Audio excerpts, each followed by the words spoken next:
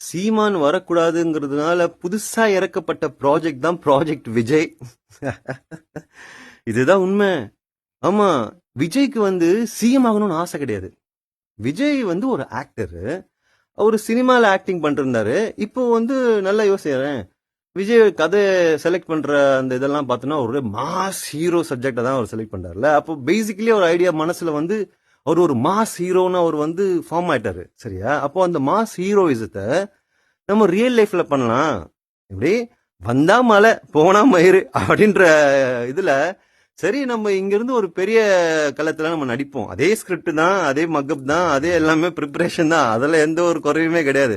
அதெல்லாம் சிறந்த நடிகர் அவர். சரிங்களா? அதெல்லாம் செஞ்சிருவாரு. ஆனா அவரோட நோக்கம் உண்மையா சிஎம் ஆகுறது கிடையாது. அவரோட நோக்கம் ஓட்ட பிரிக்கிறது. நல்லா யோசிச்சுங்க. ஏன்னா சீமான் பின்னால ஒரு தமிழர்கள் சொல்லிட்டு ஒரு யங்ஸ்டர்ஸ் கூட்டமே இருக்கு. அவரோட கூட்டங்களுக்கெல்லாம் இந்த சாராயமும் இந்த கோழி பிரியாணியும் கொடுக்காம கூட்டம் கூட்டமா வந்து நிக்குது. சரியா? அத வந்து நம்ம அவ்வளவு சர்வசாதாரணமா எடுத்துக்க முடியாது இல்லையா? அப்போ இந்த சக்தி எங்க பெருசா உருவாக்கிட போகுது, இது நாளைக்கு நமக்கு எதிரான சக்தியா இருந்து திரும்பிட போகுதுங்கிற ஒரு பயத்தினால உருவாக்கப்பட்டதுதான் விஜய்ன்ற ஸ்கிரிப்டே. சரியா? விஜய்க்கு வந்து சொல்லியிருப்பாங்க, இங்க பாருங்க, இப்போ நீங்க வந்து இதுதான் உங்களோட கதை, ஒன்லைன் ஸ்டோரி சொல்ற பாருங்க விஜய். அதாவது ஒரு மனுஷன் ஒரு மாசத்துக்கு 10,000 ரூபாய் சம்பாதிக்கிறான்னா அவனோட அடிப்படை தேவை என்ன இருக்கும்னா அடுத்த வேலை சாப்பாடா தான் இருக்கும்.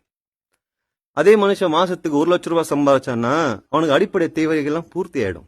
அவனுக்கு என்ன பண்ணணும்னு நினைப்பான், ஒரு இஎம்ஐல லோனை போட்டு ஒரு காரு இல்ல வந்து இஎம்ஐல ஒரு வீடு வாங்கணும்ன்ற ஆசையில இருக்கும். அதுவே அவன் மாசத்துக்கு 1 கோடி ரூபாய் சம்பாதிக்கிறவனா இருந்தா அவனுக்கு வீடு, கார், பங்களா இதெல்லாமே வந்து அவன் பூர்த்தி செஞ்சிருப்பான். அப்ப அவனோட அடுத்த இது என்ன இருக்கும்னா கம்பெனி ஸ்டார்ட் பண்ணும், ஒரு பிசினஸ் ஓனரா இருக்கணும் அப்படின்ற தாட்ல இருக்கும். அதுவே அவன் ஒரு மாசத்துக்கு 100 கோடி ரூபாய் இல்ல 1000 கோடி ரூபாய் சம்பாதிக்கிறான் அப்படின்னா அவனோட எண்ணம் என்னவா இருக்கும் அப்படின்னா அவனுக்கு வந்து பவர், அதிகாரம், அந்த அதிகாரத்தை கைப்பற்றணும்ன்றதுதான் எண்ணமா இருக்கும்.